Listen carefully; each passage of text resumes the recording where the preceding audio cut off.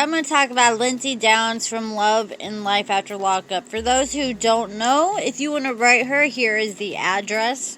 I actually am going to write her to try to get an interview with her, so if you guys have any ideas for questions, let me know in the comments below. For those of you who don't know, she was only out for 7 weeks before she went back to prison. And that 7 weeks, she got arrested 3 times. And the 3rd time, she went to go test drive a car, and they ended up taking it to go do drug runs. And so they reported the car stolen, and she got pulled over. And when they asked for her ID, she went into her purse, and they found pink baggies that are used for, bagging up drugs. And when they went through her stuff, they found a whole bunch of meth. So it's like Scott could see in the future, because he called this.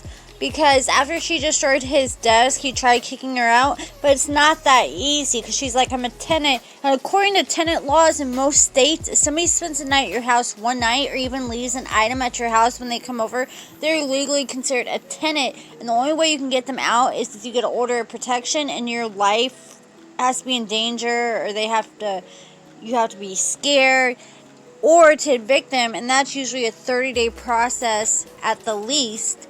So I found that out the hard way when I had an ex-boyfriend destroy my place, and he wasn't paying rent, and I tried to get him out, and he wouldn't leave, and I called the cops, and they said he couldn't leave because he's a tenant, because I had let him spend the night there one night. And FYI, I ain't a cop caller, but this man destroyed my whole house, broke every door in my place, abused me badly. So this was all I could take. I was done. And I warned him if he broke one more door, I was calling the cops, and he did. So Lindsey took to Instagram just a few days ago to post this craziness. She says, Scott has played the victim from the start, and I'm so tired of his lies. He loves to downplay his actions when people are looking, but I'm ready to show. I'm ready, starting with the letter he wrote prior to my release and sent me into jail after he had me arrested. Of course he knew I was going to be arrested because he filed charges on me. But, when she got arrested, she put herself in that own situation, and he pressed charges after she was in jail. So this is a letter she posted from Scott, and Scott has good handwriting for a man.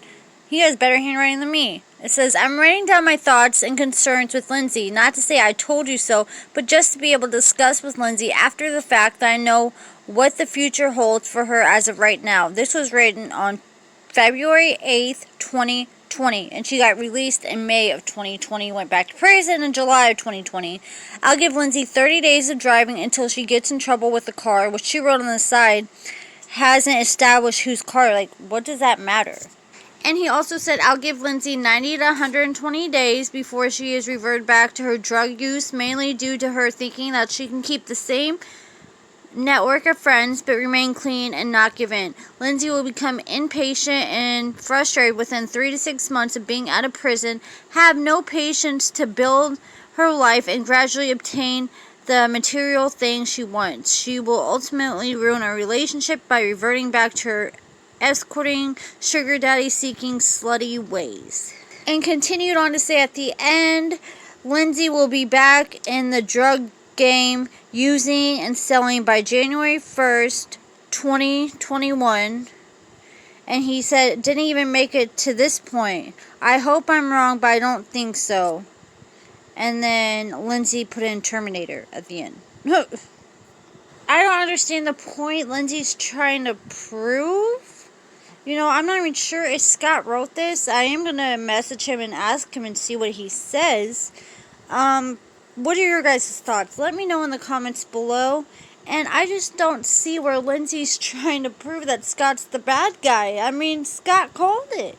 Who do you guys think is the bad guy in this situation, Lindsey or Scott? And would you like to see one of them come back and another spin-off of Life After Lockup or Love After Lockup? And if so, which one would you want to see? Sorry, but I can't stand entitled brats like Lindsey. And she thinks she's the... And really, she ain't. And for those of you who want to now write Destinie, you now can. Here's her contact info. I am going to try to write her and get an interview with her too, but I don't know. I just feel like her and Lindsey are going to be like, you got to send me money first before I do anything, just trying to scam. So So I don't know. I ain't about to fall for none of her stuff. You know what I'm saying? Because I ain't about to pay her all that or pay her before. You know, and D-Mark pissed me off. He used to be one of my favorite characters until I asked him for an interview. And he said he would only do one for $150. Like, $150? You're not even a main cast member. Like, who are you, really? I ain't about to drop $150 for a 15, 20-minute interview on the phone. Heck no. Well, that's it for this video. I see 90% of you guys who watching aren't subscribers, so please show your support and subscribe. I work very hard on these videos and don't get paid. I appreciate it. And thank you to all my current subscribers. Like I always say, you guys are the best. If anyone has any ideas for new content and videos, let me know in the comments below.